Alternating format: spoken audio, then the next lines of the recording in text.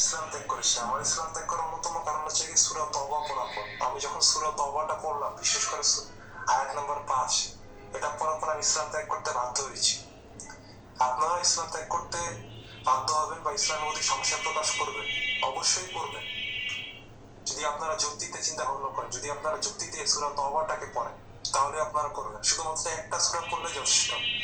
আমি জানি আপনাদের অনেক বেশি ব্যস্ত মানুষ, আপনারা এত বেশি পরিমাণ এত সূরা পড়তে পারবেন না, 114টা সূরা আপনারা পড়তে পারবেন না, কিন্তু অ্যাটলিস্ট দয়া করে সূরা তওবাটা একবার পড়ুন ও যুক্তিতে বিশ্লেষণ করুন, তাহলে আপনারাও ইসলাম ত্যাগ করবেন।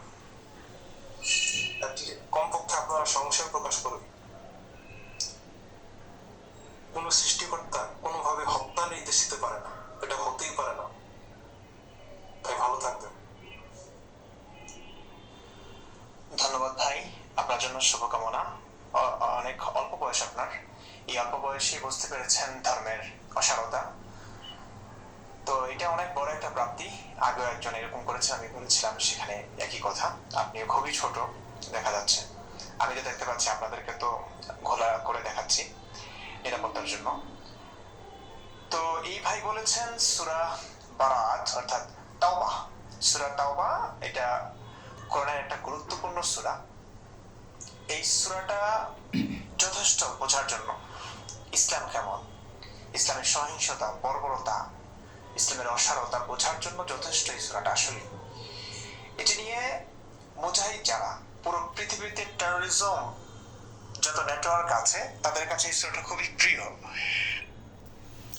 সম্মানিত ভাই বন্ধুগণ, এই যে নাস্তিক ইমরান বিন বশির আরেকজন ইসলাম ত্যাগ করছে সেটা সে আপনাদেরকে শোনাইলো, কিন্তু যেই লোকের কথা শোনাইলো এই লোকটাকে আপনারা কি তাকে চেনেন? এই লোকটা হলো মুফতি মাসুদ। এই মুফতি মাসুদ এই ইমরান বিন বশিরের সাথে অন্তত 10 থেকে 15 বছরের বড়, 10 থেকে 15 বছরের বড়। আমি যে বললাম মুফতি মাসুদ, আপনারা মুফতি মাসুদের কথা শুনেন, ইউটিউবের থেকে সার্চ দিয়ে মুফতি মাসুদের আলোচনা শুনেন, কথা শুনে দেখবেন 1,000,000% মিলে যাবে, কোনো ধরনের বিন্দু বিসর্গ সন্দেহের অবকাশ নাই। তাহলে সেই মুফতি মাসুদ তার চাইতে বয়সে বড় হলো অন্তত 10 বছর সর্বনিম্ন, আর তারে বলতেছে কচি পলাই ভান, আর তারে গোপন রাখতেছে, অথচ সে ভারতে রয়েছে। সব ভিডিওতে তাকে আপনার চেহারা দেখতে পাবে, সে ভারতে রয়েছে, সেখান থেকে সে কথা বলছে। আর তারা এখানে গোপন রেখে সেরা সে ইয়া করতেছে, দেখাইতেছে যে খুব কচি ছেলে, একদম কচি কচি বয়সে সে বুঝে ফেলাইছে। এত মিথ্যাবাদী এগুলা, মানে চরম মিথ্যাবাদী যাদেরকে, যেটাকে বলা হয়, এর চেয়ে তার মিথ্যাবাদী হতে পারে না। আর যেই কোরআনের আয়াতের কথা আলোচনা করতেছেন এই মিথ্যাবাদী, দেখেন আয়াতটার কথা সূরা তাওবার বলতেছে, শুনুন। আব্দুল্লাহ কাজমি মনে হয় ওনার একটা স্বতন্ত্র তাফসীরের সূরা তাওবা, এমন একটা তাফসীর আছে শুধুমাত্র সূরা তাওবার তাফসীর। এখানে জিহাদের কথা আছে, ইসলামী রাষ্ট্র প্রতিষ্ঠার কথা আছে, মুনাফিকের কথা আছে, আহলে কিতাব ইহুদি খ্রিস্টানদের সঙ্গে যুদ্ধের কথা বলা হয়েছে। উনি বিশেষ করে 5 নং আয়াতের কথা বলেছেন, ফাইদান সালাখাল আশহুরুল হুরুম ফাকতুলুল মুশরিকিনা হাইসু ওয়াজাদতুমুহুম ওয়াখযুহুম ওয়াহসুরুহুম ওয়াকউদু লাহুম কুল্লা মারসাদ। এই আয়াতের কথা বলেছে যেখানে নিষিদ্ধ মাস অতিবাহিত হওয়ার পর মুশরিকদেরকে যেখানেই পাও হত্যা করো, অবরোধ করো, পাকড়াও করো, প্রত্যেক ঘাটিতে ওত পেতে বসে থাকো তাদেরকে মারবার জন্য, এমন কথা বলা হয়েছে। তো উনি বলেছেন ওনার আত্মোপলব্ধি হয়েছে যে সৃষ্টিকর্তা কোনো মানুষকে, সেই মানুষটা অন্য কোনো ধর্মেরই হোক না কেন, তাকে খুন করবার, হত্যা করবার নির্দেশ দিতে পারেন না। ব্যাস এটুকুই তো। এই যে কমন সেন্স থাকলে আসলে বোঝা যায়, যদিও অনেক তেনা পেঁচানো হয়, এটা নিয়ে আমার বিস্তারিত ভিডিও আছে। ওনার খুব কমন সেন্স, ওনার এত কমন সেন্স, এটা পড়ে সাইরে উনি বুঝছেন না স্রষ্টা কোনোদিন এমনটা বলতে পারে না।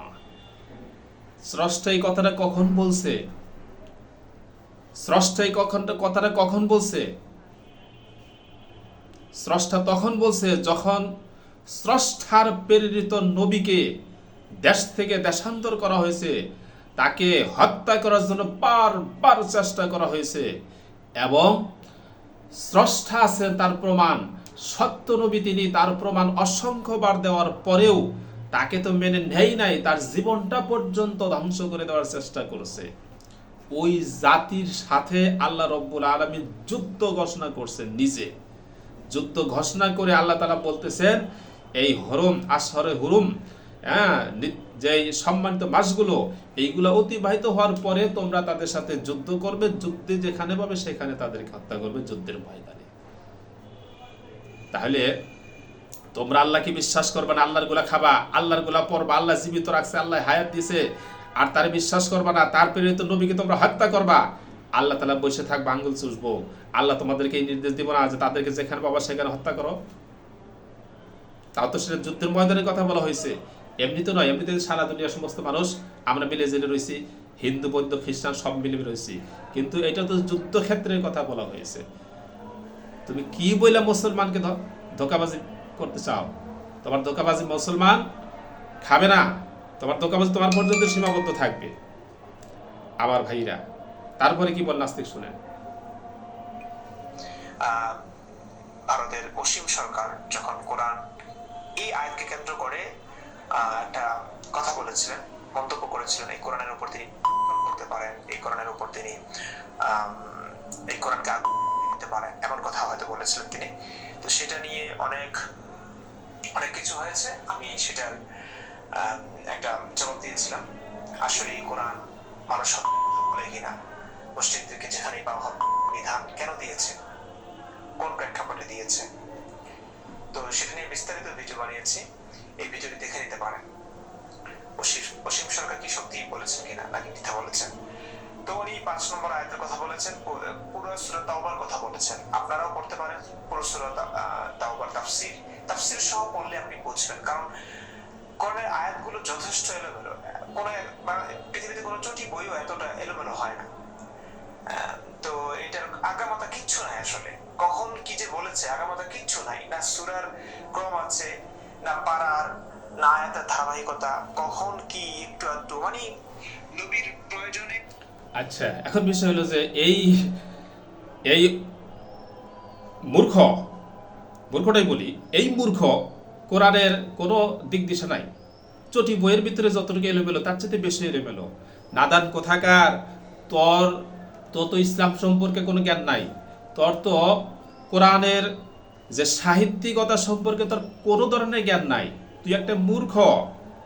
যেই যুগে আল্লাহ কোরআন নাজিল করছে সেই যুগটি ছিল সাহিত্যিকতার যুগ। সেই যুগে সাহিত্যিকদেরকে পরাজিত করার জন্য আল্লাহ কোরআন নাজিল করছেন। সমস্ত সাহিত্যিকগণ রাসূলের কোরআন কান লাগাইয়া শুনছে আর মুগ্ধ হয়ে গেছে। অসংখ্য হাদিস আছে। কাজেই কোরআনের মতো সাহিত্যিক, এত উন্নত ভাষা, মানুষ অলংকার শাস্ত্র তার ভাষার মধ্যে আনতে পারে না, যার কারণে তারা চ্যালেঞ্জ করছে, পারলে বানায় দেখাও, পারে নাই।